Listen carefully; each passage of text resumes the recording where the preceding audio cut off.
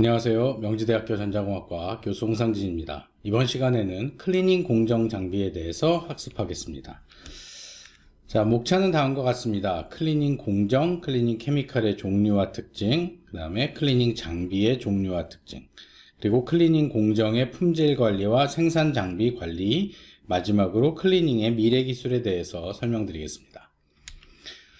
자, 먼저 털어서 제거되는 먼지도 있지만 물과 비누를 사용해서 제거되는 먼지도 있습니다. 그와 같이 클리닝이라고 하는 것이 어떤 경우에는 굉장히 쉽게 일어날 수 있지만 어떤 경우에는 클리닝이 잘 되지 않는 경우도 있어서 우리가 케미컬을 사용한다, 화학약품을 사용한다. 자, 클리닝 공정의 소개를 좀 소개드리겠습니다. 클리닝, 세정이라고 하는 것은 고체에 부착된 오염물질을 제거하는 과정으로서 세정 공정은 주로 디퓨전, 데포지션, etch, CMP 등과 같은 메인 공정과 공정 사이의 오염물질을 웨이퍼 표면에서 제거하는 공정입니다. 자, 그래서 반도체 공정의 미세화와 고밀도, 고집적, 고성능화 등에 따라서 결국 오염물질이라고 하는 것이 품질과 수율에 영향을 미치죠. 그래서 이런 오염물의 종류들은 첫 번째로는 자연산화막, 두 번째 흡수 분자, absorbed molecules, 유기물들, 자, organic materials라고 하고요. 무기물이라는 것은 inorganic materials. 음이온, N이온이 있고요. 양이온 금속 물질들이 있습니다. 그리고 그냥 파티클이라고 하는 대전되지 않은 그런 입자들 또 마찬가지로 있습니다. 그래서 이런 모든 오염물들을 우리가 컨테미넌트라고 얘기를 하고요. 컨테미네이션을 만들어내는 입자들을 컨테미넌트라고 하고, 이런 오염 입자들이 만들어내는 오염들을 컨테미네이션이다 라고 부릅니다. 그래서 이런 컨테미네이션을 피하기 위해서 컨테미넌트를 없애는 과정이 바로 클리닝이다. 방금 설명드린 것처럼 실리콘 웨이퍼에 다양한 종류의 컨테미넌트가 존재한다. 자, 세정 공정의 목적은 실리콘 웨이퍼 또는 방막 표면에 손상을 주거나 표면의 변화를 야기시키지 않고, 즉 표면을 주지 않아야 돼요. 표면을 주지 않고, 그다음에 표면에 어떤 변화를 일으키지 않고, 표면으로부터 미세 입자, 화학적인 등의 오염물, 파티클들을 제거하는 것이 바로 세정 공정의 목적입니다. 자, 과거에서 보조적인 공정으로 간주가 되었습니다. 그냥 클리닝을 하는 거였지만 수율 향상을 위해서 오염 제어가 실은 필수 공정이 되었고요. 이 반도체 소자사에서도 이 오염 제어를 담당하고 있는 전문 팀이 존재할 정도로 중요한 기술이 되었다. 자, 그래서 이제 클리닝이라는 것을 우리말로는 세정이라고 하는데, 건식 세정과 습식 세정으로 나눌 수 있습니다. 건식 세정은 액상의 화학약품을 사용하지 않고 가스를 사용하는 방식을 건식 세정한다. 습식 세정이라는 것은 케미컬을 사용해서 화학약품을 사용하고, 그 다음에 화학약품을 사용해서 파티클을 제거하고, deionized water, DI water라고 하는 초순수로 rinse and dry를 하게 되는 그런 공정을 습식 세정이라고 합니다. 그래서 대분류를 보면 세정 공정에는 습식 세정과 건식 세정이 있고, 이 공정 진행 방식으로는 디핑 타입이냐 스프레이 방식이냐, 또는 건식 세정 같은 경우에는 증기로 베이퍼 클리닝을 하느냐, 플라즈마 방식으로 클리닝을 하느냐, 또는 일부의 서멀 방식으로 클리닝을 하느냐, 그에 따라서 비슷한 그런 장비, 이퀴먼트의 타입은 배치 타입이냐, 싱글 타입이냐, 스크러버 타입이냐, 또는 증기를 할 때 어떤 증기를 쓰느냐, 어떤 가스를 쓰느냐, 즉 NF3와 과산화수소 H2O3, 하이드로퍼록사이드라고 하죠. 그 다음에 NH3와 NF3를 플라즈마에 반응시켜서 하는 경우, 또는 HF와 NH3를 반응시켜서 하는 경우들로 나누어집니다. 자세한 사항은 또 뒤에 가서 설명을 드리겠습니다. 자, 습식 세정이라고 하는 것은 화학약품을 사용합니다. 그리고 결국은 화학약품을 사용하기 때문에 표면에 화학약품 성분이 남아있겠죠. 그래서 초순수 DI-워러로 헹군 후에 건조를 합니다. DI-워러로 헹굼이 가능하고 건조 후에도 오염 잔여물이 남지 않아야 되기 때문에 않아야 된다라는 요구사항이 있고요. 습식 세정의 장점은 오염물의 종류에 따라서 다양한 형태의 케미칼 사용이 가능하지만 단점은 케미칼을 사용해야 되고 그 사용된 화학약품을 처리하는 처리 비용이 많이 발생을 합니다. 또한 수질 오염과 연관이 있다 이렇게 보실 수 있겠죠. 처리 방식에서는 디핑과 스프레이 방식이 있습니다. 그래서 스프레이 방식은 회전하는 그 웨이퍼를 회전시키면서 케미칼을 분사시키는 장치, 그래서 싱글 타입의 장비라고 얘기를 하고, 디핑이라고 하는 것은 웨이퍼 한 푼 통째로 다 한 푼이든 뭐 여러 장의 웨이퍼를 한꺼번에 케미칼에 담갔다가 꺼내는 방식의 배치 타입이다 이렇게 보실 수 있겠죠. 건식 세정이라고 하는 것은 주로 플라즈마나 기체 형태, 퓨움 형태라고 얘기를 하는데, 플라즈마나 퓨움 형태를 사용합니다. 주로 HF와 NH3를 사용하거나, 물론 그 건식 세정에서 NF3라는 플라즈마를 사용하기도 합니다. 장점은 초순수 세정처럼 건조 공정이 없어요. 그렇기 때문에 케미컬 폐액이나 물의 사용량에서 습식 세정보다는 우수하지만, 자, 단점은 웨이퍼 뒷면 세정이 불가능하죠. 왜냐하면 장비에 놓고 위에 부분을 플라즈마로 처리하는 거기 때문에 뒷면 세정이 불가능하고, 그다음에 경금속의 제거 능력이 부족합니다. 이유는 플라즈마가 금속 성분을 없애는데 잘 일을 못하기 때문이죠. 그리고 폐가스 처리 장치, 즉 세정 공정에서 드라이 세정에서 사용했던 가스들을 처리하는 부대 설비가 또 필요하고요. 이렇게 처리된 기체는 대기 환경에 오염이 없는 물질로 바깥으로 배출해야 되느나, 지금 탄소 중립과 관련해서 이런 대기 오염과 관련돼 있는 단점을 가지고 있다 이렇게 보시면 될 것 같습니다. 자, 세정 장비 종류에 따라서 배치 타입이냐 한 번에, 또는 싱글 타입이냐 한 장씩, 그리고 스크러버 타입이냐는 어떤 그 물리적인 힘을 사용해서 사용하는 그런 방식이고요. 드라이 클린 타입은 건식 세정이 하나의 방법이 있고, 공정 진행은 바로 가스 흡착 방식으로 케미컬 리액션, 화학 반응에 의해서 표면을 불순물을 없애는 그런 과정들이다. 결국 완벽한 세정을 위해서 원재료 케미칼에 대한 관리를, 액 관리를 잘해야 되고 철저한 장비 상태 관리가 이루어져야 됩니다. 자, 이 세정 기술에서 케미칼 쪽은 화학 영역이지만 이 장비 영역들은 다분히 지극히 전자공학적인 거나 제어공학적인 요소를 가지고 있습니다. 뒤에서 또 설명을 드릴게요.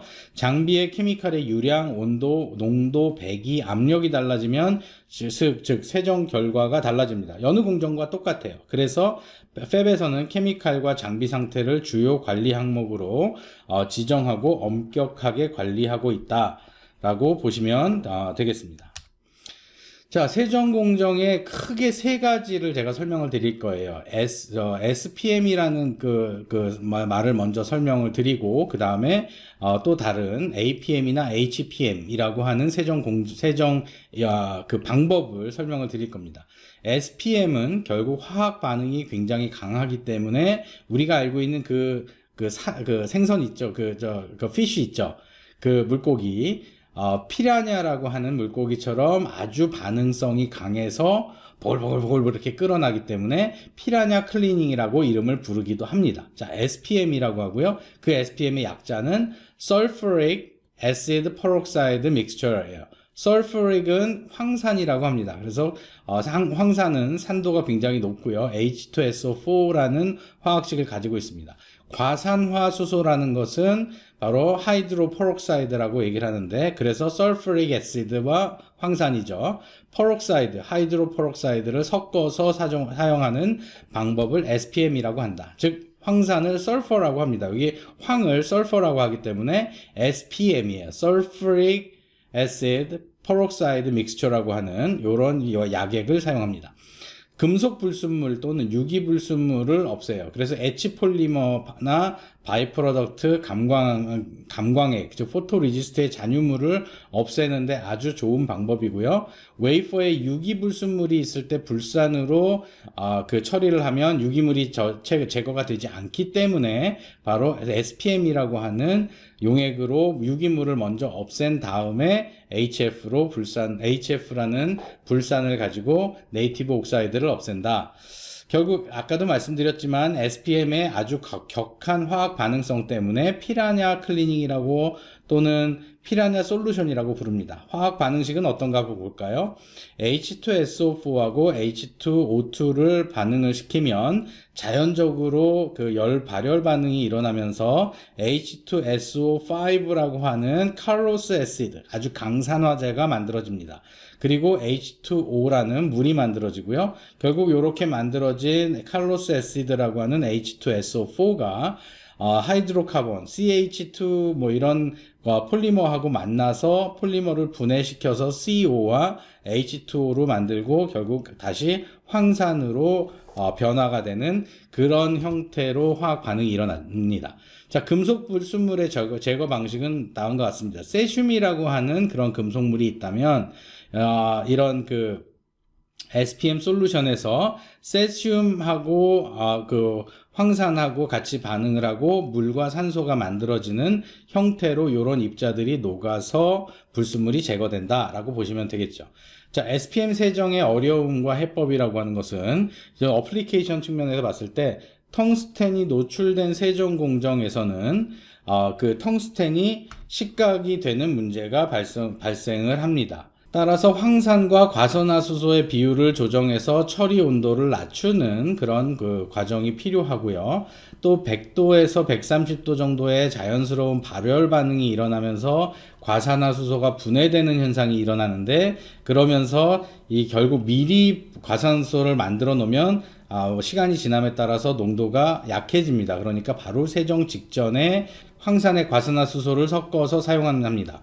퓨움을 제거하거나 제어하거나 또는 생성된 퓨움으로 세정하는 방식도 있습니다. 그것을 드라이 클리닝이다 이렇게 얘기를 하고요.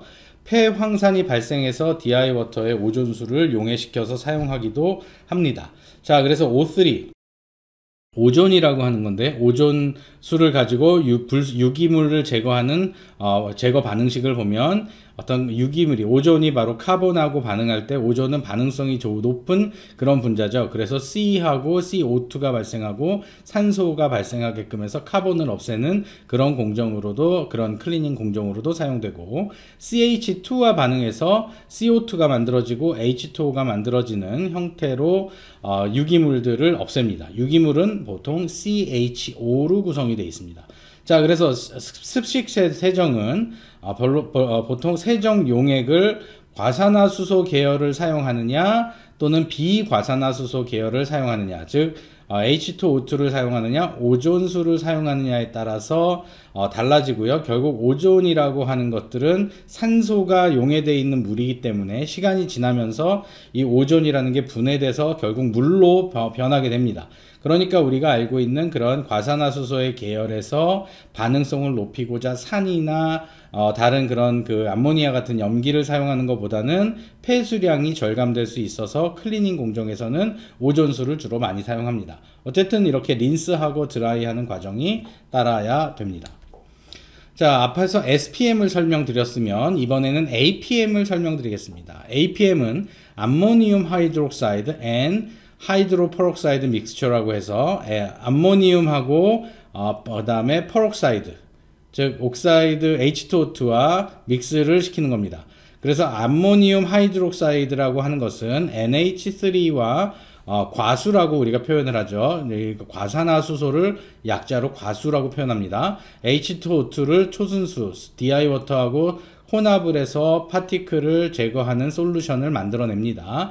흔히 암모니아와 그다음에 그 과수와 물을 1대 4대 20의 비율로 만들어서 APM 솔루션을 만들고요. 그 APM 솔루션을 만들었으면 그 어떤 세정을 하려고 하는 물질을 거기다 이제 그 액에다 담급니다. 그렇게 되면 결국은 이 파티클 표면들이 어떤 그 미세 파티클들을 콜로이드라고 이렇게 부릅니다. 콜로이드는 액체 상태에서 분산되어 있거나 부유하고 있는 미세 파티클이라고 하고, 결국 매질이 존재하면 전기적으로 전하를 띠게 되는 그런 입자들이 되겠죠. 그래서 금속 입자들은 pH와 관계없이 웨이퍼 표면이 마이너스 전위를 띠게 되고, 미세 입자들은 알칼리 영역에서 또 마이너스를 띠게 된답니다.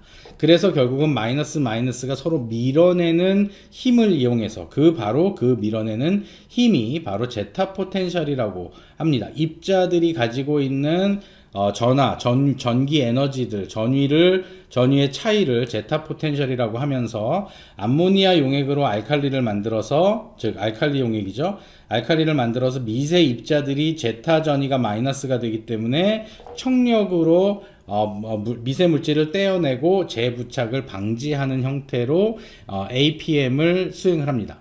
APM 세정에서 어려운 점은 80도 이상에서 공정을 하고요. 파티클 제거에 효율적이고 식각률이 높아지지만 상온 또는 70도 이하로 이원화해서 70도 정도로 이원화해서 파티클 제거에 사용하기도 한다라고 합니다.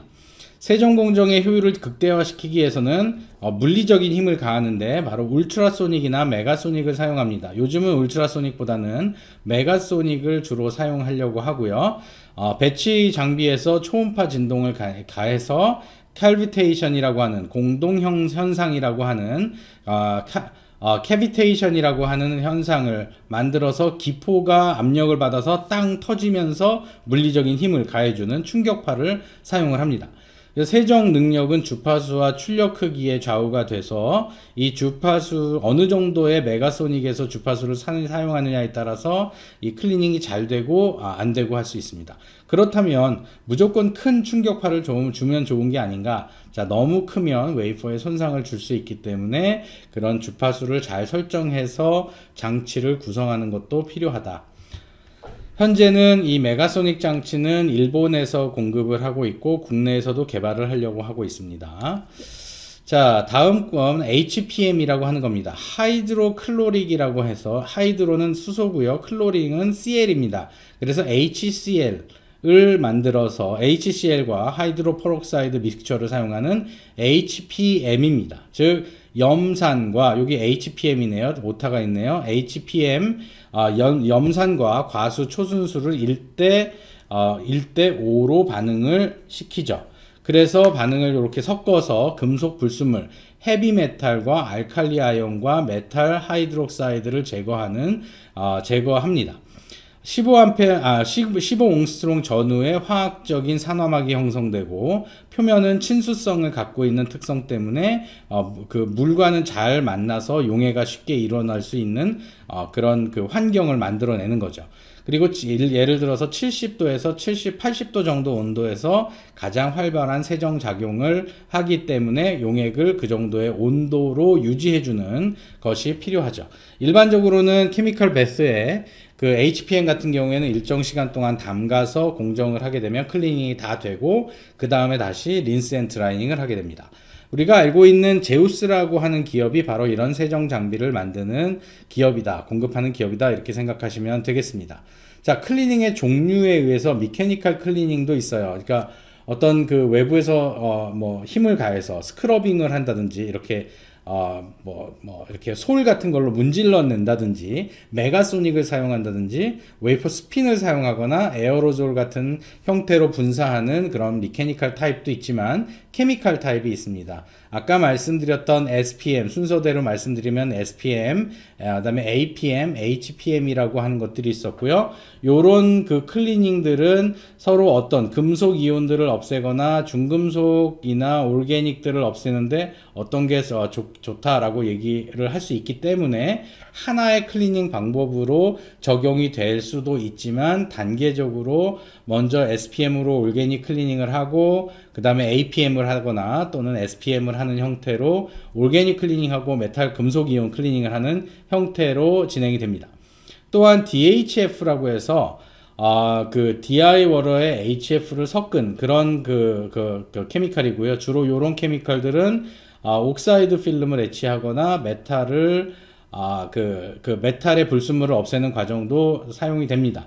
어떤 하나가 제일 좋다라고 얘기할 수는 없고요. 웨이퍼의 종류와 컨테미넌트의 종류에 따라서 달라집니다. BOE라고 하는 것은 버퍼리드 옥사이드 etch라고 하는데 옥사이드 필름을 세정하는, 즉 네이티브 옥사이드 필름을 없애는 과정을 바로 BOE를 주로 사용을 합니다. 그 다음에 오zonated water라고 하는데 마찬가지로 오존수를 가지고 클리닝을 하는 방법도 있습니다. 그래서 클리닝 기술의 변천을 보면 예전부터 RCA 클리닝이다 라고 이름을 하면 스탠다드로 이런 프로세스를 쫙 거쳤어요. SPM하고 QDR, 그다음에 린스하고 HF 클리닝을 하고 SC1, SC2 라고 하는 RCA 클리닝이라고 이름을 붙이는 것은 이런 요 세 가지의 공정을 쫙 다 연속해서 수행을 하게 되는 RCA 클리닝이 있고요. 그 다음에 케미칼을 좀 다일로 시켜서 좀 더 간단하게 하는 그런 클리닝들이 있습니다. 왜 이렇게 클리닝 공정이 단순해지려고 하냐면 바로 에코 프렌들리, 친환경 격으로 변하고 싶고요. 그 다음에 이런 프로세스 타임을 줄이고 싶고, 그 다음에 그 케미칼을 덜 쓰고 싶은 그런 생각 때문에 클리닝 기술이 꾸준하게 발전되고 있다. 자, DHF 아까 말씀드렸던 거와 BOE를 설명드리면 Diluted Hydrogen Fluoride라고 하는 HF, 하이드로릭 플로릭 애시드의 물을 사용한 거고요. BOE라는 Buffered Oxide Etchant라고 얘기를 하는 그런 애치 과정이죠. 그래서 DHF와 또는 BOE 세정의 중요성은 바로 49%의 HF 원액에다가 초순수를 DI 워터를 희석시켜서 용액을 만들고 그때 SiO2 식각이나 자연산화막 제거, 금속 불순물을 제거하는 목적을 가지고 있고, 필름 증착 전 세정 공정을 하고 SiO2 식각 공정에서 SiO2를 웨대치를 할 때, 웨트로 리무브를 할 때 사용을 합니다. 그것보다도 조금 더 진보한 방법은 BOE라는 용액을 사용합니다. 불산이라고 하는 용액에 NH4F와 계면활성제를 넣어서 설펙탄트라고 얘기를 하는데, 계면활성제를 더 넣어서 이 혼합 비율을 잘 정해서 만들면 조금 더 효율성이 좋아지는 그런 그 케이스들이 있습니다. 그래서 불산에 추가 화합물질이 포함돼서 DHF와 BOE는 불산을 베이스로 한 그 용액이지만 화학 반응이 좀 달라서 물질을 애치하는데, 물질을 세정하는데 조금 다르다. 특히 계면활성제를 포함하고 있어서 컨택홀 내부까지 잘 침투를 합니다. 그래서 결국 비아홀을 애치할 때는 HF를 사용하는, DHF를 쓰는 것보다는 BOE를 사용하는 것이 좋다. 그리고 NH4F 때문에 다른 필름의 식각 선택비를 향상시킬 수 있어서 BOE를 조금 더 많이 사용하고 있다. 조금 복잡한 케미스트리처럼 보이지만 결국 파티클들을 어떤 식으로 리무브 하는지 여러분이 확인해 보실 수 있습니다. 자, BOE와 DHF 세정의 어려운 점은 웨이퍼 표면의 필름을 화학적인 성질에 따라서 영향을 받고요. 세정한 후에 표면이 H+에 의한 소수성 상태가 되기 때문에 물이 잘 맺히지 않게 됩니다. 물이 잘 맺히지 않게 되면서 결국 물방울들이 어딘가에 붙어 있을 수 있고요. 그로 인해서 새로운 파티클이나 워터마크들을 만들어낼 수 있는 그런 단점이 있습니다. 그래서 이렇게 회정을 한 이후에는 아이소프로필 알코올이라고 하는 IPA가 있습니다. 어떤 알코올의 형태인데요. 이런 알코올로 따뜻하게 이렇게 데운 알코올로 다시 린싱을 하고 오존이나 APM 등의 후속 공정으로 보완을 하게 된다. 이렇게 보시면 되겠죠. 자, 대신 이 BOE나 DHF는 금속 제거에 유리한 장점을 가지고 있어서 결국 어떤 세정액이 더 잘 그 웨이퍼 클리닝에 도움이 되는지는 그 케이스에 맞게 선정을 한다. 이렇게 보시면 될 것 같습니다. 이렇게 접촉각이라고 하는데요. 컨택 앵글이라고 하는데, 이 접촉각을 측정하면서 서피스 에너지를 보고 이것이 친수성이다, 소수성이다 이렇게 얘기를 하는데, 어떤 물방울을 표면에 떨어뜨렸을 때 친수성은 물하고 친해서 물방울이 이렇게 쫙 누워있는 형태가 되고요. 소수성이라고 하는 것은 물방울을 싫어합니다. 그래서 하이드로포빅하다 이렇게 설명을 하고, 물방울을 자꾸 밀어내려다 보니까 이렇게 동그랗게 물방울이 맺히는 그런 경우가 있습니다. 자, 참고로 접촉각에 대해서 설명을 드렸습니다. 자, 이 외에도 스탠다드한 세정 말고도 H3PO4라고 하는 인산이 있습니다. 파스포릭 애시드, 파스포릭 애시드라고 하는 인산이 있고요. 인산으로 세정하는 경우는 질화막을 제거하기 위해서 사용을 합니다. 그래서 웨이퍼의 앞뒷면에 질화막을 제거하기 위해서 또는 실리콘 나이트라이드 막을 제거하기 위해서 이런 H2PO4라고 하는 인산에다가 DI-워러를 섞고 온도를 상당히 올려주게 되면 바로 이런 질화막이 애치가 됩니다. 자, 그럼 표면 질화막이 제거되는 동안 산화막은 식각되지 않는 그런 반응 원리를 가지고 있어서 Si3N4 하고 SiO2가 동시에 같이 사용된 그런 그 샘플에서, 그런 그 반도체에서 Si3N4 실리콘 나이트라이드만 선택적으로 애치하기 위해서 인산을 사용합니다. 자, 여러분 혹시 생각나는 그런 공정이 있어요? 네, 3D 낸드 공정이죠. 옥사이드 나이트라이드에서 나이트라이드의 게이트 패턴을 애치하기 위한 텅스텐이 들어가야 되는 그 부분에 그 부분에 실리콘 나이트라이드를 애치하기 위한 애치 케미스트리가 바로 웹애치 케미스트리가 바로 인산입니다. 그래서 밑에를 보시면 나이트라이드와 물과 그 다음에 파스포릭 애시드가 어떻게 반응해서 암모니움 파스페이트하고 하이드로스 실리카로 만들어지는 것을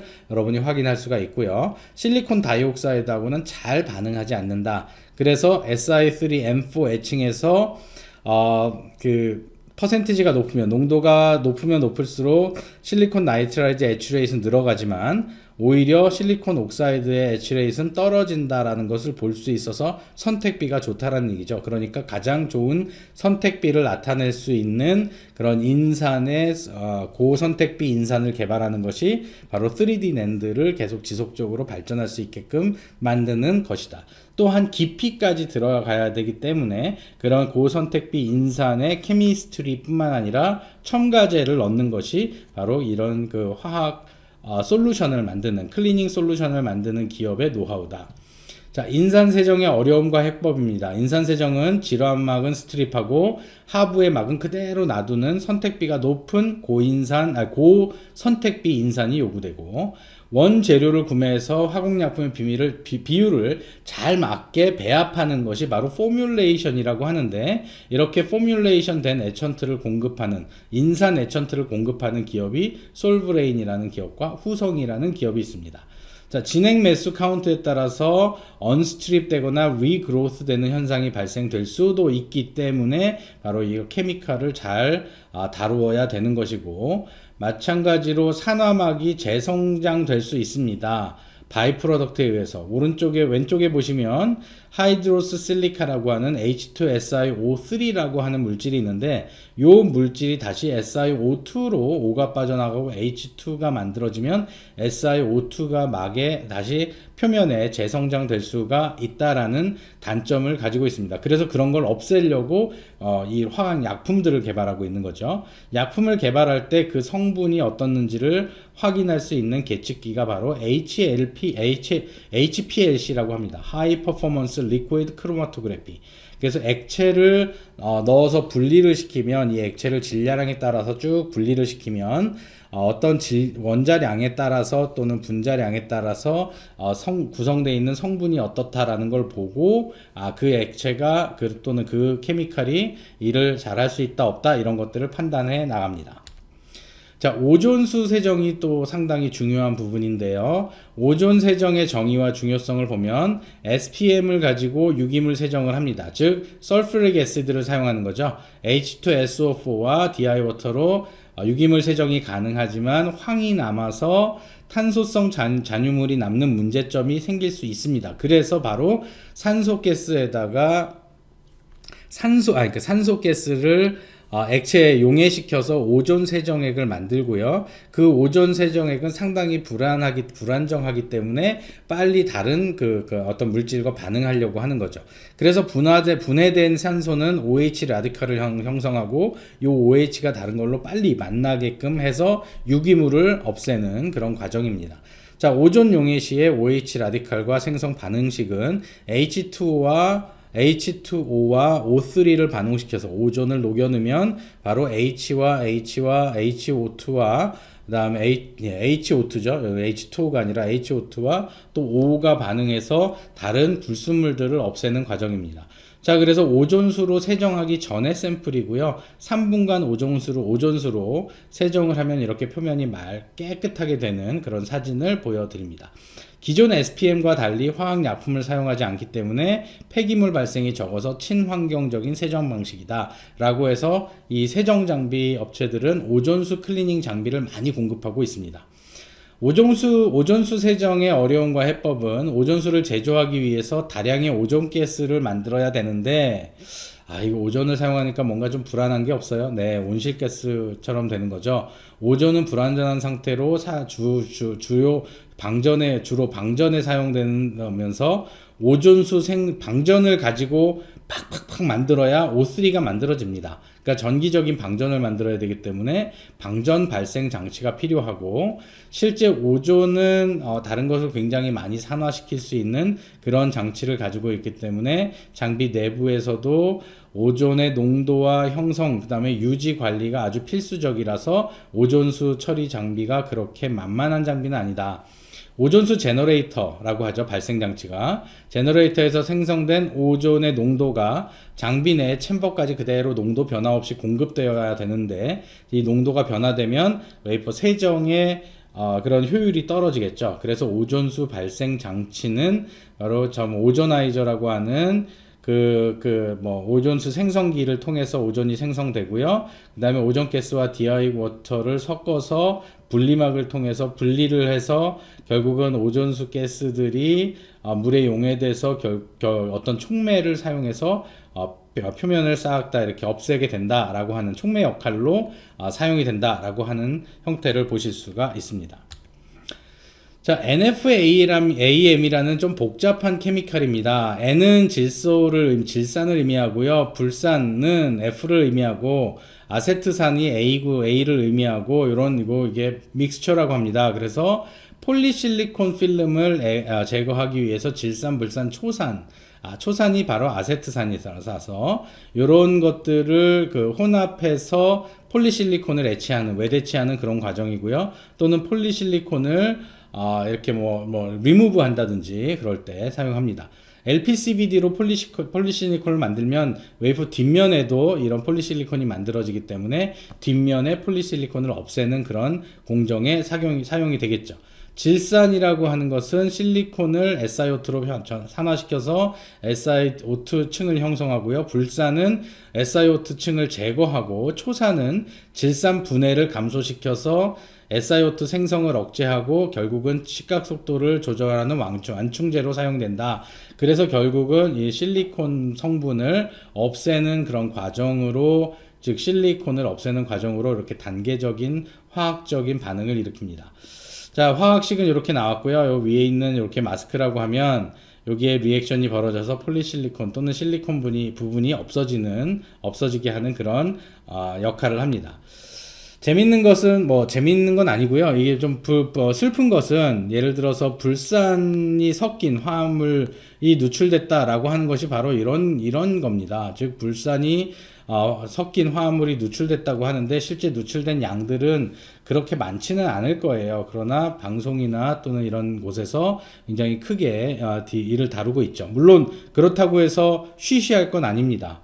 그러나 이런 누출이 되는 이유는 뭐냐면, 불산액이나 또는 질산 아세트산이 위험해서가 아니라 바로 장비에서 제어를 잘 못했다거나 장비의 오링이 나빠져서 누수가 생기는 그런 현상으로 누출되는 것이 일반적이다. 그러니까 결국 이런 불산의 누출 사고를 방지하는 것이 장비 기술과 연관이 되어 있다. 이렇게 보시면 될 것 같네요. 자, NFAM 세정의 어려움과 해법은 웨이퍼 뒷면의 폴리실리콘 필름을 없애기 위해서 사용하는데, 결국 사용되는 물질 양에 따라서 웨이퍼에 RPG가 생길 수도 있고, 패터닝 부정확도가 생길 수도 있고, 디펙이 증가할 수도 있습니다.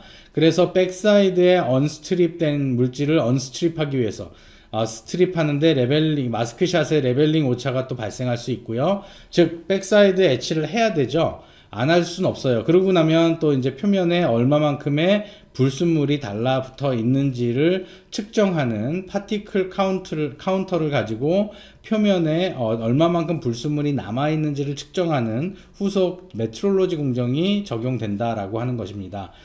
그림에서 보시는 것은 여기 SP7이라고 하는 파티클 측정 장치 KLA 장비고요. 여기는 사이버 옵틱스라고 하는 회사에서 파티클을 여기 누적시켜서 이 동그라미 안에 있는 입자들의 파티클을 누적시켜서 개수를 세는 그런 파티클을 카운트할 수 있는 장치다. 이렇게 보시면 되겠네요. 자, 초순수 다음에 그 다음에 이제 오존수를 사용했으면 그 다음에 이제 요즘은 기능수를 좀 더 많이 사용합니다. 기능수라고 하는 것은 펑셔널 워러라고 하는데 바로 일반적인 반도체 웨이퍼는 RCA 웻 클리닝을 기반으로 SPM, APM, HPM이라는 것을 사용을 합니다. 그런데 결국은 세척을 하기 위해서 초순수와 대량의 폐액을 만들어낸다는 단점 때문에 아예 이제는 그런 케미칼을 사용하기보다는 그렇게 딱 용도에 맞는 기능수를 만들어서 포화 농도 이하로 수소가스를 초순수에 용해시킨 다음에 수소의 그 아주 좋은 높은 반응성을 이용해서 무엇인가를 만든다. 또는 세정을 한다 라고 하는 것이 바로 기능수다 이렇게 생각하시면 되겠네요. 그러면 기능수의 반응성에만 의존하는 것이 아니라 기능수를 사용할 때는 바로 초음파 세정, 울트라소닉이나 메가소닉의 어떤 파장을 이용해서 팔을 이용해서 진동을 시켜서 미세 입자를 제거하는 세정 방식을 사용하는 것이 일반적이다. 자, 기능수 세정의 어려움과 해법이라는 것은 기능수 세정은 초순수에 수소 또는 암모니아를 용해시켜서 만들기 때문에 DI 워터에다가 수소 또는 암모니아를 섞어서 만들기 때문에 미세 입자와 웨이퍼를 분리시키는 그런 메커니즘을 사용하고 있죠. 제타 포텐셜이라고 하는 걸 설명드리면서 약간 설명을 드렸습니다. 자, 그러나 기체의 액체 물질 내에 포화 농도의 한계가 있죠. 즉 기체 내에서 어떤 물질을 용해시켰다면 이 용해되는 한계가 있어서 더 이상의 농도를 높일 수가 없기 때문에 화학적으로 잘 반응하지만 그래서 이제 물리적인 초음파 세정을 가하는 겁니다. 자, 초음파 세정을 하지 않는 기능수의 세정은 초음파 세정과 동일한 결과를 나타낼 수도 있다라고 하지만 보통은 그렇게 동일한 결과 기능수의 수소 입자 성분이 미세 입자 분리의 역할은 하지만 완벽한 제거가 사실은 어렵기 때문에 초음파 세정, 울트라소닉이나 메가소닉을 사용한다 이렇게 보시면 될 것 같습니다. 파장이 또 에너지가 너무 과하게 되면 웨이퍼에 손상이 간다 이렇게 보셔도 되겠죠. 자, 화학 반응이 일어나기 전에 일정량 이상의 활성화 에너지, 액티베이션 에너지가 필요하다 이렇게 말씀을 예전에 플라즈마를 설명드리면서 말씀을 드렸습니다. 자, HF와 NH3 가스로 건식 세정을 하는 경우입니다. 여태까지는 습식 세정을 말씀드렸고요. 이제 건식 세정을 할 건데 반도체 공정에서 SiO2를 다양한 용도로 사용하고 있고 그리고 나서 SiO2의 표면 처리를 위해서 HF에 의한 습식 공정을 사용을 하죠. 자, 그런데 산화막을 식각 후에 세정 및 건조 시에 표면 장력에 의해서 미세 구조물에 HF 입자가 달라붙어서 또는 물 입자가 달라붙어서 세정 린스 앤 드라이닝을 하면서 이 미세 입자가 달라붙어서 미세 패턴들을 이렇게 리닝하게끔 만드는 그런 과정, 그런 경우가 생깁니다. 그러면 이후에 세정한 다음에 에치 공정을 넘어갈 때 분명히 문제가 생기겠죠.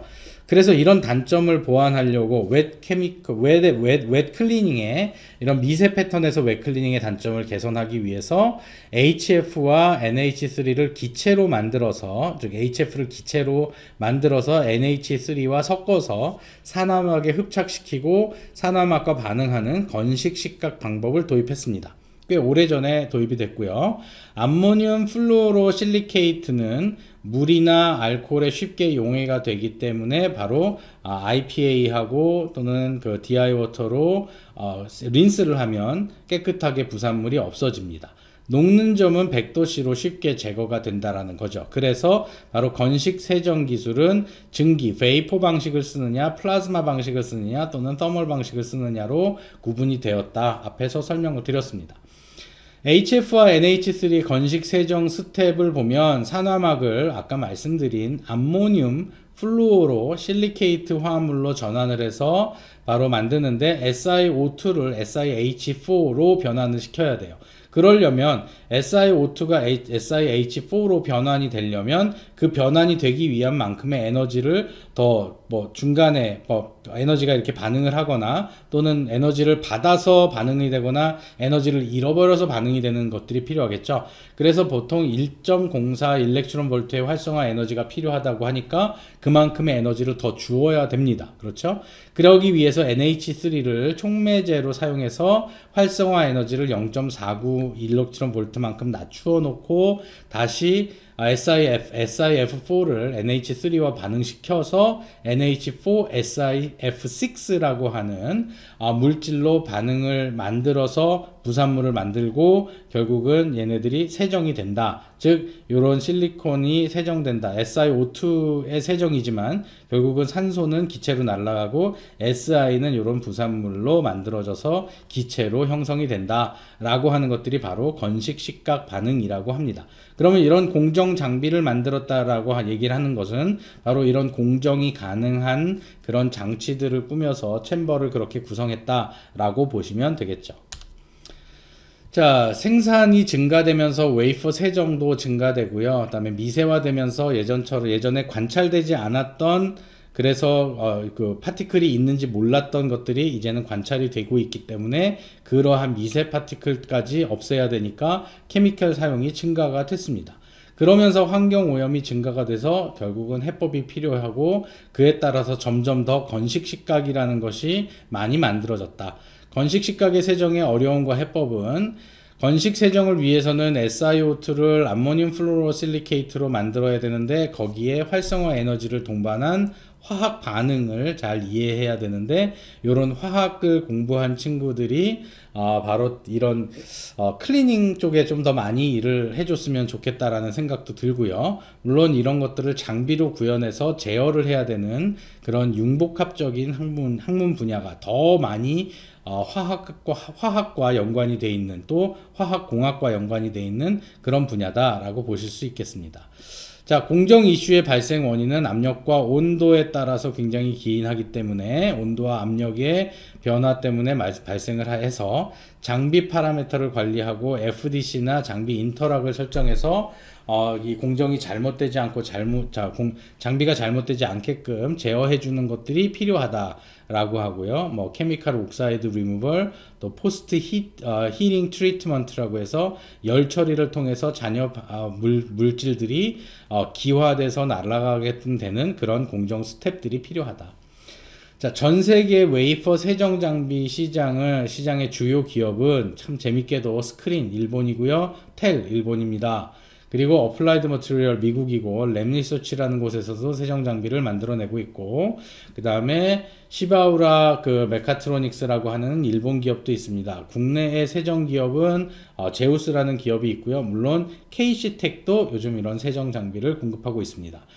자, 선도 기업은 스크린이라고 하는 기업이 가장 많이 선도를 하고 있고 기타 KC텍도 기타 기업으로 하고 있고 도전을 하고 있는 특히 세메스에서도 이런 웹장비를 만들어내고 있습니다.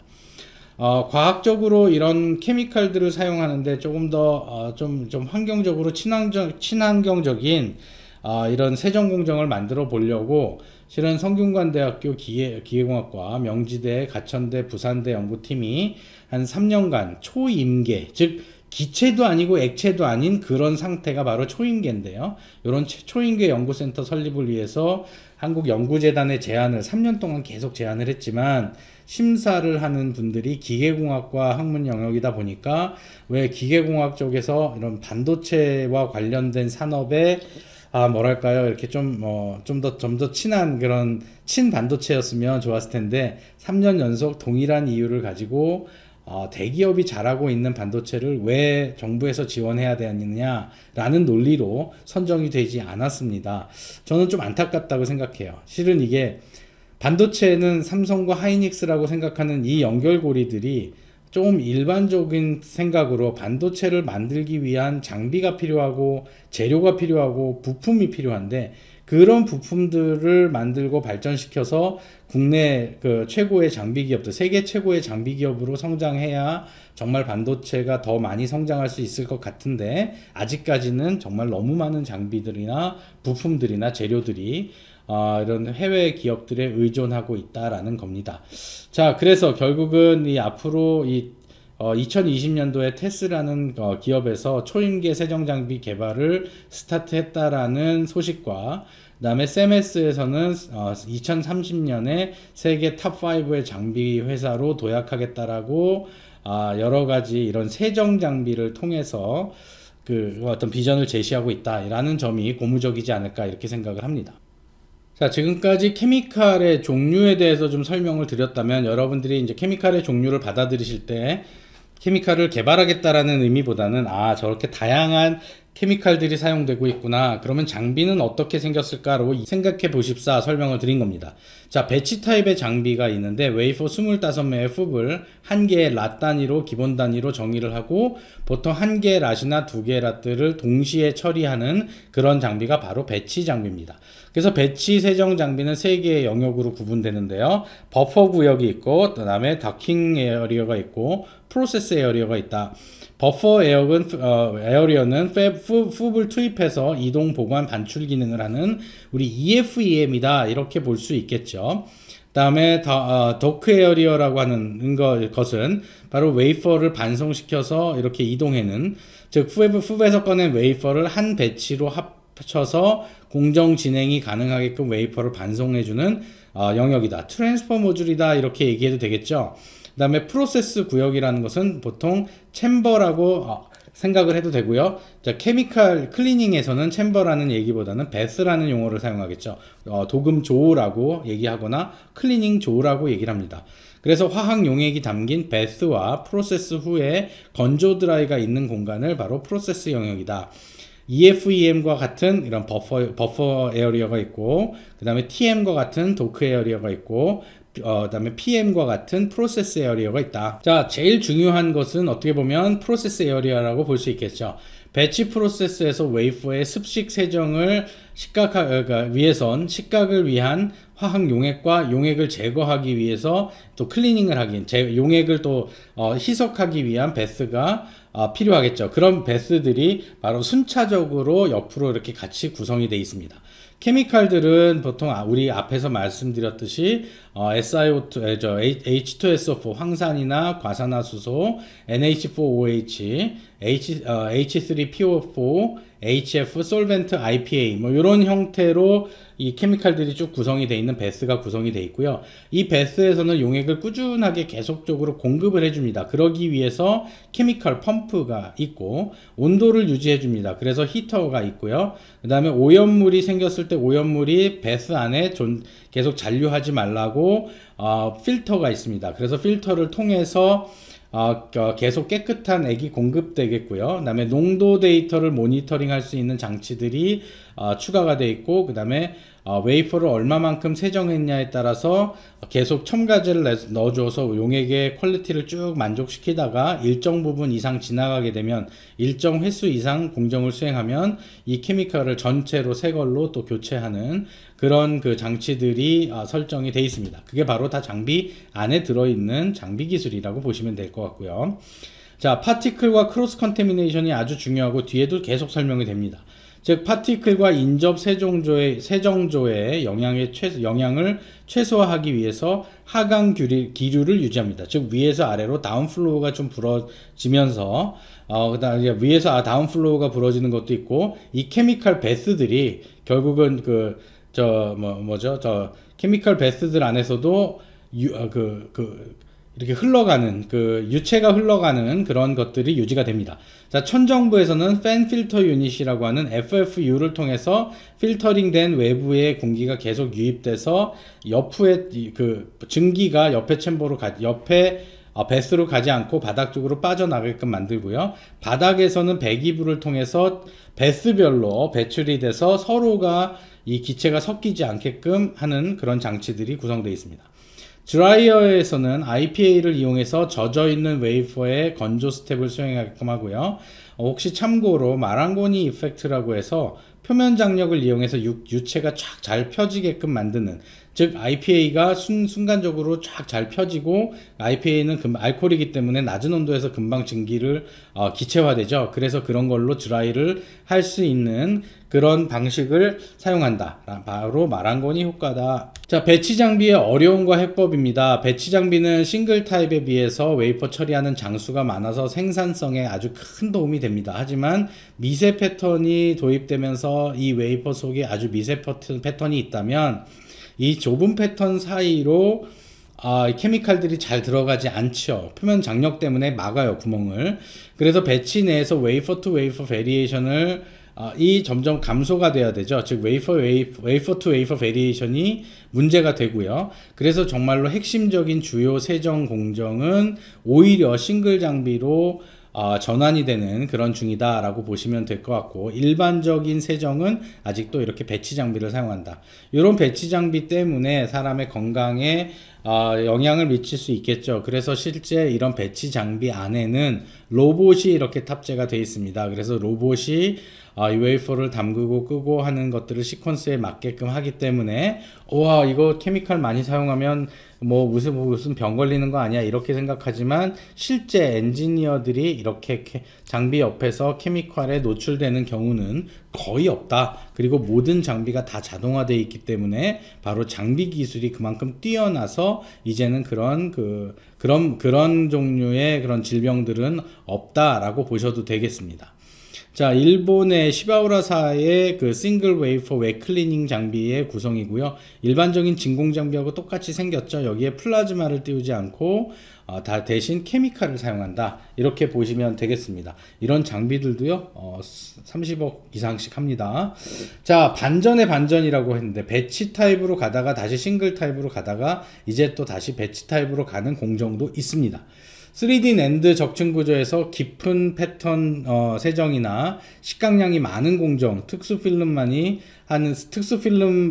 식각하는 그런 공정에서는 싱글 타입의 장비가 한계가 또 있었습니다. 그래서 결국은 선택비가 높은 화학 용액을 사용하고 배치 타입을 사용해서 하는 것이 오히려 더 좋은 공정 스텝도 있습니다. 그러니까 이제 싱글이 좋다, 배치가 좋다 이렇게 얘기할 수 없어요. 내가 하는 것이 어떤 공정이고 그 공정에 사용하는 케미칼들이 어떻기 때문에 그 공정 스텝에서는 이런 것이 좋다라고 얘기할 수는 있겠죠. 물론 장비를 제공하는 기업마다 서로 장점과 단점이 다르기 때문에 여러분들이 그런 것도 파악하실 수 있었으면 좋겠습니다. 자, 일반적으로 세정 공정에서의 숙제입니다. 웨이퍼 건조 불량 때문에 디펙트 컨트롤이 일어나거나 얼룩짐 같은 것이 생깁니다. 웨이퍼 내에 식각 불균일도가 생길 수 있습니다. 베스의 케미칼 농도 분포에 따라서 웨이퍼의 non-uniformity가 생길 수도 있고요. 또한 웨이퍼 간 식각량의 차이를 해야 되는 그런 그 점도 있습니다. 물론 웨이퍼 투 웨이퍼 베리에이션도 있고요. within 웨이퍼도 있습니다. 그래서 여기를 within 웨이퍼, 여기는 웨이퍼 투 웨이퍼라고 하죠. 그림으로 간단하게 설명을 드리면 3D 낸드 웨이퍼에 옥사이드 나이트라이드가 있는데, 옥사이드 부분은 놔두고 나이트라이드의 요 옆에 부분을 애치하는 겁니다. 여기가 위에 방향이고 아래 방향이라서 케미칼들이 여기 잘 스며들어가고 여기 전부 다 애치가 되고 동시에 이렇게 양쪽으로 쫙 애치가 돼야 되는데, 케미칼이 깊은 곳까지 들어가지 않으면 요런 애치가 안 되겠죠. 그러니까 이런 불량이 생길 수 있습니다. 이렇게 생기면 게이트 모양이 잘 만들어지지 않는데, 이것을 잘랐으니까, 단면을 봤으니까 우리가 이런 모양인지 알지, 단면을 보지 않으면 이런 모양인지 알 수가 없습니다. 그래서 결국은 여기에 텅스텐 필링에 불량이 생겨서 소자가 동작하지 않게 된다 라고 하는 점이라 클리닝, 외대치 중요하죠. 이제 자, 케미칼 종류에 따라서 척의 높이를 다르게 설정하고 스핀 공정을 수행한다. 기구 전장, 이게 무슨 얘기냐면, 요 싱글 타입 장비에서는 그 안에 사용하는 케미칼들의 종류가, 그 다음에 이제 공정 스텝에 따라서 케미칼들의 종류가 점점 바뀌는 경우도 있겠죠. 그러면 이 케미칼들이 다 뒤섞이게끔 만들어 놓지 않고 스핀 코터가 아니죠. 스핀 클리너에 이 높낮이 조절을 하게끔 만들어서 첫 번째는 뭐 프로세스 이 첫 번째는 맨 밑에서 해서 케미칼들이 여기에 모이고, 두 번째는 이쪽으로 스핀되면서 여기로 떨어지고, 세 번째는 일로 떨어져서 크로스 컨테미네이션이 나지 않게끔 만드는 요 스테이지 기술들도 정밀한 제어가 필요한 한 영역입니다. 장비에 따라서 스핀 컵의 개수가, 요게 이제 컵이라고 하는데, 컵이 하나짜리도 있고 컵이 여러 개짜리도 있죠. 그렇게 되면 여기에 고속으로 스핀을 할 때 컵에서 발생한 와류들이 생깁니다. 기체에 이렇게 흐름이 생기는데, 기체에 흐름이 생겼을 때 이걸 기체의 흐름이 생겨서 밖으로 빠져나가서 크로스 컨테미네이션이 되면 파티클이 생길 수도 있는 거죠. 그러니까 요 컵을 어떻게 유체적으로 잘 설계를 하는지가 굉장히 중요한 것이다. 싱글 스텝 장비의 어려움은 반도체 궤조 공정 기술이 고도화되면서 더 미세화된 공정이 도입되고, 그 챔버 간의 동일한 성능, 즉 베스 간의 동일한 성능도 필요하지만, 요 싱글 장비에서는 챔버 간의 동일한 성능도 필요하고, 장비 간의 동일한 성능도 필요합니다. 그것을 우리가 C2CM, 체인버 투 체인버 매칭이라고 하는 C2CM이나 툴 투 툴 매칭이라고 해서 TTTM이라고 이름을 부릅니다.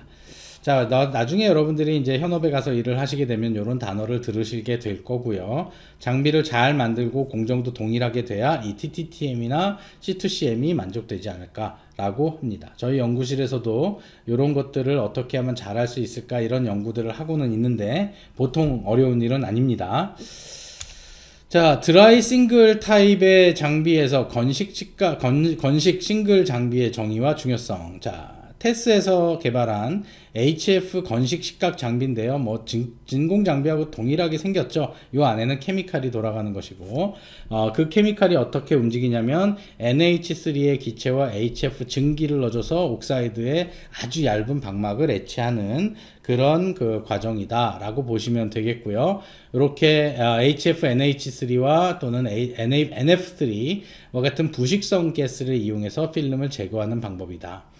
그리고 필름을 제거한 다음에 어닐링 스텝을 거쳐서 각각의 챔버에서 이런 반응한 기체들이 배출되게끔 만든다. 싱글 드라이 클리닝 장비를 만드는 이유가 뭘까요? 바로 이거죠. 반도체 칩의 크기가 계속 작아지고 패턴 사이가 좋아지면서 습식 세정 시 액체 표면 장력으로 인해서 패턴이 붙어버리는 리닝 현상이 발생합니다. 그래서 패턴이 무너지는 콜랩스 현상이 발생하기 때문에 어쩔 수 없이 세정을 이렇게 일부의 과정에서는, 크리티컬한 공정에서는 건식 세정을 사용하기도 한다. 자, 건식 싱글 장비의 어려운 점은 이 웨이퍼 세정 성과가 서로 달라서 베리에이션이 생길 수 있습니다. 그리고 액체가 아닌 기체를 사용하기 때문에 크기가 큰 불순물을 제거하기가 어려울 수도 있습니다. 상대적으로. 오히려 또 그리고 처리 시간이 길어진다는 단점도 있어요. 그러나 이 처리 장비를 조금 더 잘 고안을 해서 챔버의 고진공 유지를 해서 빨리 진공 상태로 뽑아내서 반응을 빨리 만들고 또 바이 프로덕트가 생기지 않게끔 터보 펌프를 사용하고, 진공의 플라즈마 장비와 매우 유사하게 압력, 온도, 가스 유량 등의 공정 파라미터를 모니터링 하고요. 여러 개 스텝을 나누어서 사이클링 방식으로 인시추 드라이 클리닝 방식을 적용한다 라는 점들 때문에, 이런 장점들 때문에 일부 크리티컬한 공정에서는 드라이 싱글 타입의 장비를 사용하기도 한다. 자, 스크러버 방식입니다. 디스플레이에서 굉장히 많이 사용하고 있는 방식이긴 하지만, 스크러버는 문질러 닦다라는 그런 의미로 브러쉬 세정이라고 얘기를 합니다. 그래서 아주 나노 스프레이 등을 활용해서 웨이퍼 표면을 이렇게 표면을 문질러내는 그런 장치고요. 그 다음에 패턴 브릿지 대신에 웨이퍼 파티클이 있는 경우에 패턴 브릿지가 발생하기 때문에 이런 패턴 브릿지를 싹 쓸어서 이런 파티클을 없애는 그런 과정입니다. 자, 웨이퍼 스크러버의 종류에서 앞면 스크러빙과 뒷면 스크러빙을 좀 다른 방법으로 세정을 하는데요. 여기가 웨이퍼고요. 아주 부드러운 고분자 폴리에스터나 이런 형태로 이렇게 이게 브러쉬를 만듭니다. 그 브러쉬로 슬슬슬 쓸어 돌리면서 액체를 물을 디아이워터를 사용하거나 또는 세정액을 사용해서 이렇게 물리적인 힘을 가하는 장치고요. 거기가 장비가 이렇게 생겼습니다. 그래서 웨이퍼가 여기에서 순차적으로 옆으로 이렇게 지나가는 형태로 클리닝이 이루어진다. 이것이 싱글 웨이퍼 클리너다 라고 얘기를 할 수 있겠습니다. 자, 이런 스크러버 공정이 있는 것뿐만 아니라 스프레이 공정도 있습니다. 그래서 토출하는 압을 좀 세게 만들어서 입자들이 다 이렇게 튕겨나가게끔 만드는 경우고요. 결국 이런 챔버의 습도가 높아지는 경우는 웨이퍼 표면에 습기가 남아서 공기 중의 입자, 에어본 파티클이라고 하는데, 공기 중에 입자가 이렇게 턱 달라붙거나 박테리아가 딱 들러붙는 경우도 있어요. 그럴 때는 화학적인 반응에 의해서 있는 것이 아니라 아주 그냥 그 표면에다 살짝 이렇게 얹어져 있는 경우죠. 그럴 때는 이런 그 메가소닉 클리닝을 하거나 하이 프레셔 클리닝을 해서 충분히 다 없어질 수 있습니다. 그래서 스프레이 클리닝 장치도 일부 공정에서는 사용이 되고 있다. 자, 이제 그 공정의 품질 관리와 생산 장비 관리를 설명을 드리겠습니다. 3D 반도체가 개발될수록 깊은 곳까지 세정이 필요한데, 액체 표면상, 액체의 특성상 표면 장력이 발생하고 이 표면 장력으로 인해서 디펙들이 발생을 합니다. 자, 디펙은 좀 불량품이죠. 즉 불량이죠. 클리닝 공정의 디펙의 의미는 사전 이전 공정에서 기인한 파티클이에요. 반응 잔여물 패턴 불량이 만들어지고 그 이후의 공정에 영향을 미칩니다. 그래서 필름의 재료에 따라서 구조도 다르고 물질도 다르죠. 그래서 이런 그 구조도 다르고 물질도 다른 물질들을 세정하기 위해서 이런 다양한 세정 방식이 적용되는 것이고 다양한 케미칼들이 적용이 되는 것입니다. 가장 아이디어한 것은 화학 물질을 사용하지 않는 초순수 린스를 사용하는 것이지만 그런 걸로 해결이 되지 않는 경우에는 울트라소닉을 사용하거나 또는 마랑거니 이펙트를 사용해서 IPA로 이런 드라이를 하는 방법들, 또는 이렇게 그 스프레이 방식을 쓰거나 또는 이 롤러 타입으로 해서 스크러버를 사용하는 그런 방법도 있는 거죠. 자, 디펙의 어려움과 해법은, 디펙의 어려운 점들은 실제 여기에 파티클이 꽉 껴있는 경우, 또는 이렇게 cured resist가 이렇게 껴있는 경우, 이런 경우들은 이런 경우들 결국은 없애야 되는 거죠.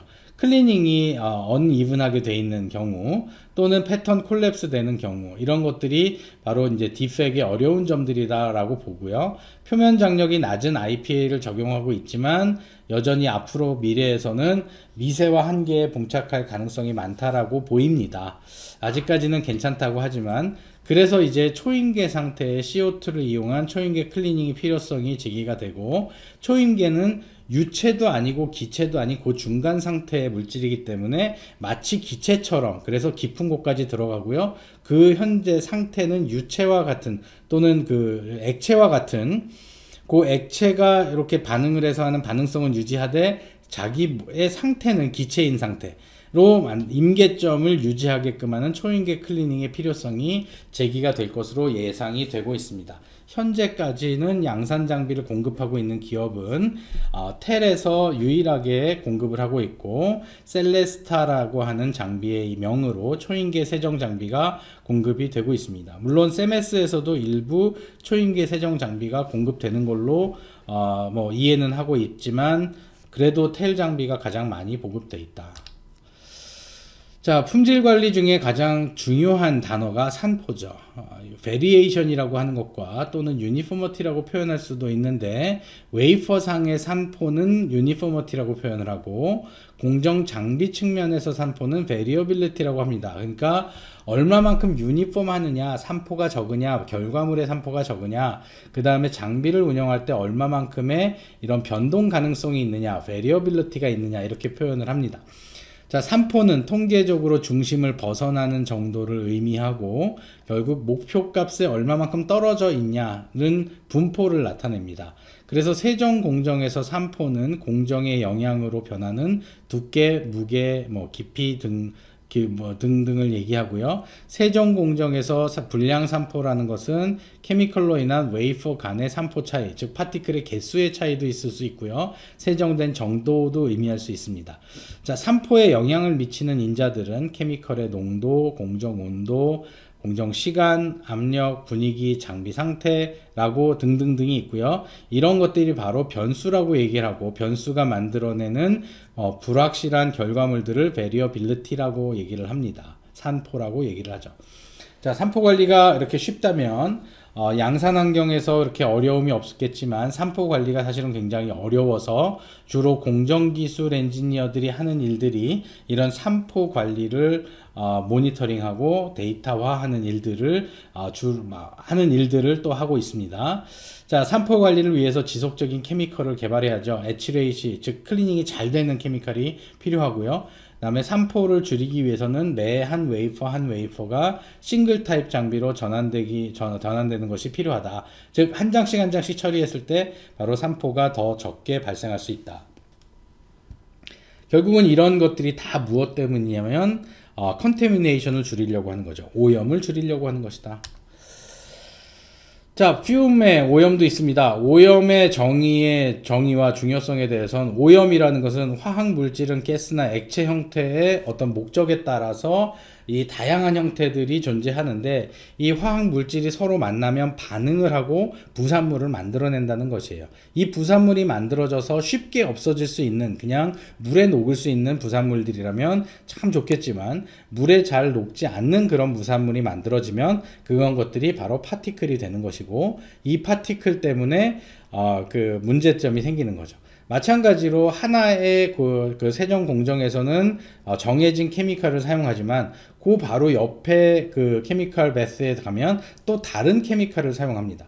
그랬을 때 케미칼들이 서로 만나서 다른 교차 오염이 생긴다면 이 교차 오염 때문에 다른 그 unexpected한 그 파티클이 생긴다라는 것이고 얼마만큼 많이 생길지도 모른다는 것이죠. 그래서 결국은 이런 파티클들이 잔류되지 않게끔 크로스 컨테미네이션, 교차 오염을 차단하는 것이 이 산포를 줄이는 것 중에 한 가지 좋은 방법 중에 하나다. 자, 선택비 중요합니다. 이제는 이런 그 클리닝이라고 하는 것이 이 하부 레이어에 존재하고 어떻게 보면 외대치라고 얘기할 수도 있고요. 그러다 보면 하부 레이어에 그 영향을 주지 않고 없애고자 하는 또는 세정하고자 하는 그 레이어만 깔끔하게 세정이 돼야 되기 때문에 바로 선택비가 중요하다라고 설명을 드립니다. 그래서 고선택비의 케미칼들을 개발하는 것들이 우리가 가지고 있는 숙제라고 생각하시면 될 것 같습니다. 자, 유량이 있습니다. 플로우 레이트이 있는데요. 이 유량은 케미칼이 공급되는 양이에요. 그러니까 즉 그 드라이 프로세스, 즉 엣치나 CVD에서 말씀드렸던 매스 플로우 컨트롤러를 통해서 공급되는 그런 유량하고 여기는 액체를 만약에 통과시킨다면 리퀴드 플로우 컨트롤러 LFC라고 하죠.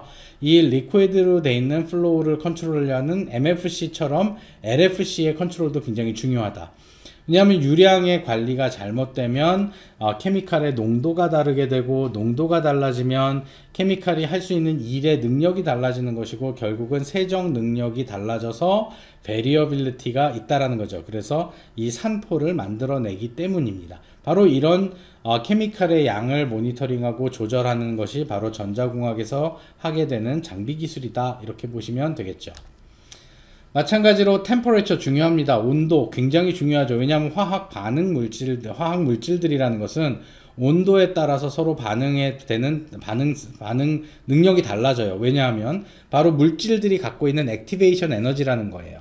즉 외부 온도가 올라가면 외부에서 그 에너지를 더 많이 가한 거기 때문에 액티베이션 에너지와 가까워지게 됐죠. 그래서 조금만 더 에너지를 가하면 쉽게 반응하는 물질로 변하게 됩니다. 그래서 안정적인 또는 우리가 원하는 만큼의 반응을 원해서는 온도를 그 정도 온도에 딱 고정을 시켜 놓게끔 하고 유지하게끔 하는 것들이 필요합니다. 그래서 온도를 잘 조절하는 것이 이런 그 클리닝 공정에서 아주 중요한 것이고 이 온도를 조절한다라는 의미는 바로 히터에 어떻게 전류를 흘려주고 히터에다가 전류를 얼마만큼 빠르게 제어한다라는 그런 점이에요. 그게 바로 다 전자공학의 영역이죠. 자, 케미컬 탱크 내에 두 개의 센서로 케미컬의 온도를 모니터링 하는데 하나는 공급계, 하나는 순환계. 장비단에서, 챔버단에서, 그다음에 돌아올 때, 회수될 때, 그래서 항상 공정 중에 웨이퍼의 온도가 일정하게끔 유지가 되는 그런 온 웨이퍼 템퍼레처 모니터링 센서의 필요성이, 즉 웨이퍼 타입으로 바로 실제 웨이퍼가 몇 도의 온도에서 공정이 되는지를 알아내는 그런 센서가 필요하다. 마찬가지로 케미컬의 농도를 분석해야 될 필요도 있습니다. 만약에 이 농도가 맞지 않으면 클리닝이 더 많이 되거나 덜 되거나 하겠죠. 그래서 농도를 분석하는 농도계가 필요한데, 아까 앞에서 말씀드렸던 HPLC, 하이 퍼포먼스 리퀴드 크로마토그래피라는 것은 보통 분석을 하는데 1시간 정도의 시간이 걸립니다. 그러면 공정이 얼마나 많이 진행됐는지 모르겠어요.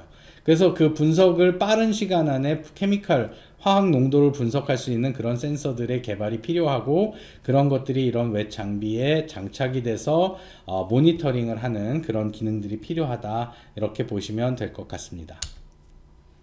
자, 배기 또한 중요합니다. 뭐 안 중요한 게 없네요. 이 반응이 이루어지고 나서 바로 배기가 빨리 바깥으로 빠져나가야 되는데, 이것이 다시 역류해서 기체가 이렇게 다시 장비 안으로 들어온다면, 그 대기 중에, 즉 그 장비 안에 케미칼 농도가 변해서 결국 공정에 영향을 줄 수가 있습니다. 그래서 결국 컵 배기에서는 측류라고 하는, 이렇게 옆으로 이렇게 흐르게 되는 라미나 플로우라고 하는데요. 이 라미나 플로우가 생겨서 빨리 잘 배출이 되게, 이렇게 와류가 생겨서 터뷸런스가 생기면 잘 안 나갑니다. 특히 코너 부분에 이렇게 터뷸런스가 생기면 이 기체가 잘 안 빠져나가죠. 그러니까 기구물을 어떻게 설계를 해야 이 유체가 잘 이동할 수 있는지를 해석하는 기계공학적인 측면이 설계에 반영이 돼야 된다라고 하는 겁니다. 자, 그래서 외부에서 공기를 유입해서 웨이퍼 컵이 있고, 요 바깥으로 요 외부에서 있는 뭐 어떤 케미칼의 배기들, 이런 그 뭐 기체화된 케미칼들이 바깥으로 잘 빠져나가게끔 만들어주는 것이 필요하다. 자, 일부는 압력도 중요합니다. 그래서 압력을 얼마만큼 세게 공급해 주느냐가 바로 약액이 얼마만큼 많이 공급하느냐라고 얘기할 수 있기 때문에, 높은 압력으로 케미컬이 공급될 때는 유체 공급 라인에 설치된 연결 부품이 손상을 받아서 균열 누수가 발생할 수 있고요. 낮은 압력으로 케미컬이 공급될 때는 웨이퍼에 충분한 양이 도달되지 않아서 공정 결과에 영향을 미칠 수 있습니다. 그러니까 결국은 얼마만큼의 압력으로 잘 케미칼들이 일정하게 공급되느냐가 중요하고요. 그 다음에 이 배관이 연결되어 있는 부위마다 바로 실링이 들어가 있습니다. 뭐 오링이라고 하는 걸 가지고 들어가 있는데, 이 실을 막고 있는데 약액이 새지 말라고, 약액들이 알칼리나 또는 산의 성분을 가지고 있기 때문에 이 오링도 오래 사용하면 부식돼서 낡아져서 오링이 단단해지거나 화학적으로 변화를 일으켜서 이게 셉니다. 수도꼭지 새듯이. 그래서 그런 것들이 얼마만큼 압력이 잘 유지가 되고 있는지를 모니터링하고 장비 상태가 어떤지를 진단하는 기술도 우리 그 불산 유출을 막기 위해서는 꼭 필요한 그런 기술이다. 자, 마지막 슬라이드인 것 같습니다. 자, 클리닝의 미래 기술. 앞으로 클리닝 어떻게 해야 되죠? 클리닝 잘해야 됩니다. 무조건 우리 반도체는 다 잘해야 됩니다. 그런데 잘하려면 어떻게 해야 될까요? 이제 더 세분화돼서 싱글 타입의 장비가 더 많이 필요하게 될 겁니다. 하지만 스루풋이 낮아요. 그러니까 싱글 장비가 더 많이 필요하다고만 볼 수 없는 게, 장비 비용이 커지는 거죠. 그래서 결국은 싱글 타입의 장비가 아니어도 싱글 타입의 장비의 성능을 낼 수 있는 것들이 필요한데, 그러려면 케미칼이 개발돼야 되는 거죠. 그래서 친환경 소재의 화학 용매 개발이 더 많이 필요하고, 그 전까지는 아직도 우리가 해외에서 이 용액들을 수입해다가 공정을 할 것이다. 그리고 나서 이렇게 수입을 해서 공정을 하는 건 다 좋은데, 공정이 끝나고 나면 바로 이 웨이퍼들을 세정해야 됩니다. 세정하려면 바로 초순수가 필요한데, 많은 초순수를 제조하는 그 제조 시설이 해외에 그 기술로 우리 초순수 제조 시설이 만들어져 있어요. 그래서 최근에 평택에는 초순수 제조 시설을 국산화하겠다라는 그 큰 프로젝트가 지금 진행이 되고 있고요. 그에 따라서 우리나라 반도체 제조 기술들이 또는 장비 설비 기술들이 한 단계 위로 올라가서 설 수 있는 그런 기회가 될 것이라고 생각합니다.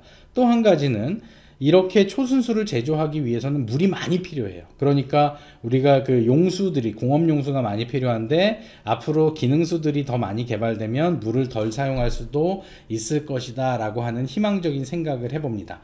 자, 표면 구조에 데미지를 주지 않는 세정 방식이 필요하고요.